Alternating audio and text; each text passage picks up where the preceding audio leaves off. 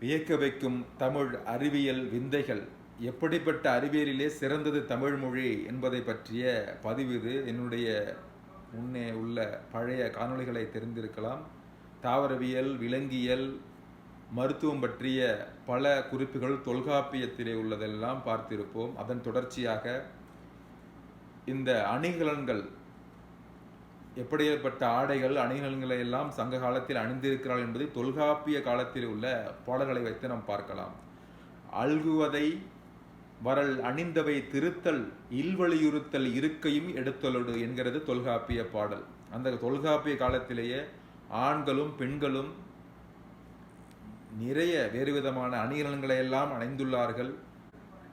சிலப்பதிகார கடலாளர் காதையிலே ஒரு உரையாசிரியர் எழுதிய பாடலை பார்க்கலாம். அவ்வாய் மகர தனிக்கிளர் மோதிரம் பைவாய் பசும்பொர் பரியக நுபுரம் மெய்மணி நாவின் முள்ளைங்கின்கினி கௌவிய வேணவும் காலும் கணிந்தால் குரங்கு சொறியொடு கொய்யலங்கார நெருங்கினர் பூந்துலகின் நீர்மையினும் பிறங்கிய முத்தரை முப்பத்திருகாள் அரித்த தைமரை வல்குர் கணிந்தால் ஆய்மணி கட்டி அமைந்த விளைச்செய்கை காமர் கண்டிகை கண்டிரன் முத்திடை காமர் போர் பாசங் கொளுத்தி கவின்பெற வெய்மருள் மென்றோள் விளங்க வணிந்தாள் என்கிறது இந்த பாடல்.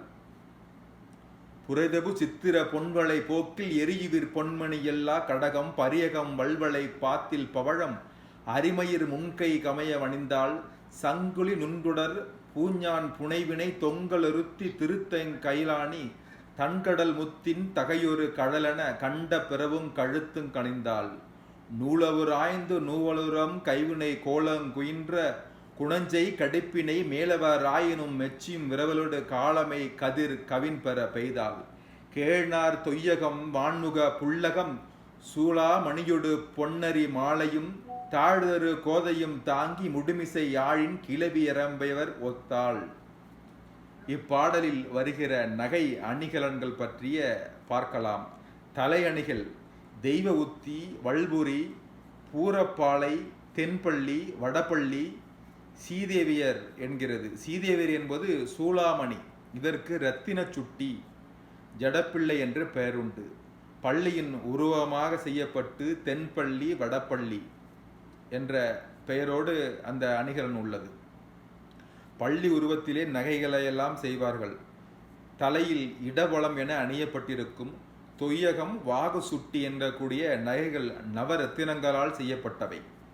இந்த காதில் அணியக்கூடிய அணிகலன்கள் வணைந்த குண்டலம், அணியை குழை, மரக்குழை, பொலக்குழை, ஒன்குழை, பூங்குழை, வார்குழை, சிறுகுழை, தோடு, பாம்படம், ஓலை என்பது பற்றிய பல அணிகலன்களை எல்லாம் அந்த சங்ககால பெண்கள் அணிந்திருக்கிறார்கள். இந்த காதிலே பெரிய துளை போட்டு தொங்க விடுகின்ற பாம்படம் ஒன்றை குறைந்து விட்டது. இந்த பனை ஓலையை சுருட்டி அணிவதனால் ஓலை என பெயர் பெற்றவை. ஏழைகள் அணிந்தார்கள். செல்வர்கள் பொன்னால் ஓலையை செய்து அணிந்தார்கள். வைரக்கற்கள் அழுத்தி செய்யப்பட்ட வைர ஓலைக்கு சந்திரபாணி என்ற பெயர். இந்த கம்மல் வைரத்தோடு பிற்காலத்தில் உருவாயின. காதிலே அணியப்பெற்ற மற்றொரு நகை குதம்பை என்பது. பருத்த நீல மணியுடன் வைர கற்களை பதித்து செய்வது கர்ணப்பூ எனும் செவிப்பூ என்றும் அழைத்தனர். வீரச்சங்கிலி என்பது சங்கிலி போல் செய்யப்பட்டது, கயிறு போல் செய்யப்பட்டது. ஞான்சரப்பணி, காசு மாலை என்பது பிற்காலத்தில் உண்டானது. அட்டிகையும் பிற்காலத்திலே வந்தது. பின்தாளி, மேல் ஆடை இல்லாததால் முதுகை மறைக்கின்ற நகை, இது முதுகையே மறக்கக்கூடியது. இந்த மேகலை என்பது பெண்மணியின் அறையில் உடுத்தும் ஆடையின் மேல் அணியும் ஆபரணம். இது 32 முத்து வடங்களினால் பட்டையாக அமைக்கப்பட்ட அழகான அணிகலன். பிற்காலத்தில் இது தங்கத்தினால் வெள்ளியினால் செய்யப்பட்ட ஒட்டியானம் என்று பெயர் பெற்றது. ஒரு சங்கப்பாடலிலே ஒரு கணவனை நீண்ட நாள் பிரிந்த மனைவியின் ஒட்டியானம் இடை சிரித்ததால் கீழே விழுந்ததாம் என்ற சங்க பாடலும் உண்டு. ஸோ அந்த அளவுக்கு முக்கியத்துவம் அணிகலனுக்கு உண்டு. கணவனை காணாத அந்த பெண் இடை சிரித்ததால் அந்த ஒட்டியானம் கீழே விழுந்து விட்டது. கையணிகள் பொன்வளை, மணிவளை, சங்கவளை, பழைவளை, சித்திரை வளை. சங்கை வட்ட வடிவமாக அறுத்து செய்யப்பட்ட சங்கு வளையல்களை பெண்மணிகள் அணிந்தார்கள். வளை என்றாலே சங்கு என்று அர்த்தம். ஏழைகள் சாதாரணமாக இடம்புரி சங்கு வளையல்களை அணிந்தனர். செல்வம் படைத்தோர் பூவேலை கொடிவேலை நிரம்பிய பலவிதமான வண்ணங்களை எல்லாம் அமைந்த சங்கு வளையல்களை எல்லாம் வலம்புரி சங்கு வளையல்களை அணிந்தார்கள். கண்ணாடி வளையல் அணிகிற பழக்கம் இஸ்லாமியரின் வருகைக்கு பிறகே வந்திருக்கின்றது. வீரலணிகள், பல்வகை மோதிரங்கள், கைவிரல்களுக்கு மோதிரங்கள் காலாழி கால் பெருவிரலிலும், மகராய் மோதிரம் கால் நடுவிரலிலும், பீலி என்பது கால் பெருவிரலிலும் அணியப்பட்டிருக்கிறது. இந்த கையில சுண்டு விரலுக்கு அடுத்த விரல் அணியப்பட்ட மோதிரத்துக்கு பெயர் பகுவாய் மோதிரம். மகர மீன் வாய் திறந்து அங்காதிருப்பது போன்ற மோதிரம் நெலியாகும். மணி மோதிரம் நடுவிரலில், ஆள்காட்டி விரலில் அல்லது சுட்டு விரலிலே அணியப்படுவது மரகத மோதிரம், ஏனாதி மோதிரம் என்ற பெயர்களெல்லாம் உண்டு.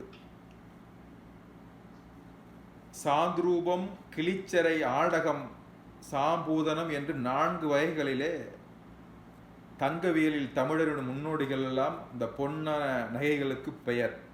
சாத்ரூபம், கிளிச்சிறை, ஆடகம், சாம்பூநதம் என ஓங்கிய கொள்கையின் பொலம்பெரி மாக்கள் கலங்குனர் ஒழித்து ஆங்கு என்கிறது சிலம்பு பாடல் சிலப்பதிகாரத்திலே. மதுரையிலே பொன் விற்க வந்த வீதியிலே இருக்கிறது. இலங்கையில் நகைக்கடை அதிகமாக உள்ள வீதி இருக்கிறது, செட்டியார் தெருன்னு பேர். 4 வகை பொன்னின் தன்மையை ஆராயும் வணிகர்கள் இருந்திருக்கிறார்கள். அவர்கள் எந்த பொன் எங்கே விற்கிறது என்பதை மக்கள் அறிமுகமாக பல வகை கொடிகளெல்லாம் பறக்க விட்டு இந்த விற்பனை செய்திருக்கிறார்கள் இந்த வியாபாரிகள்.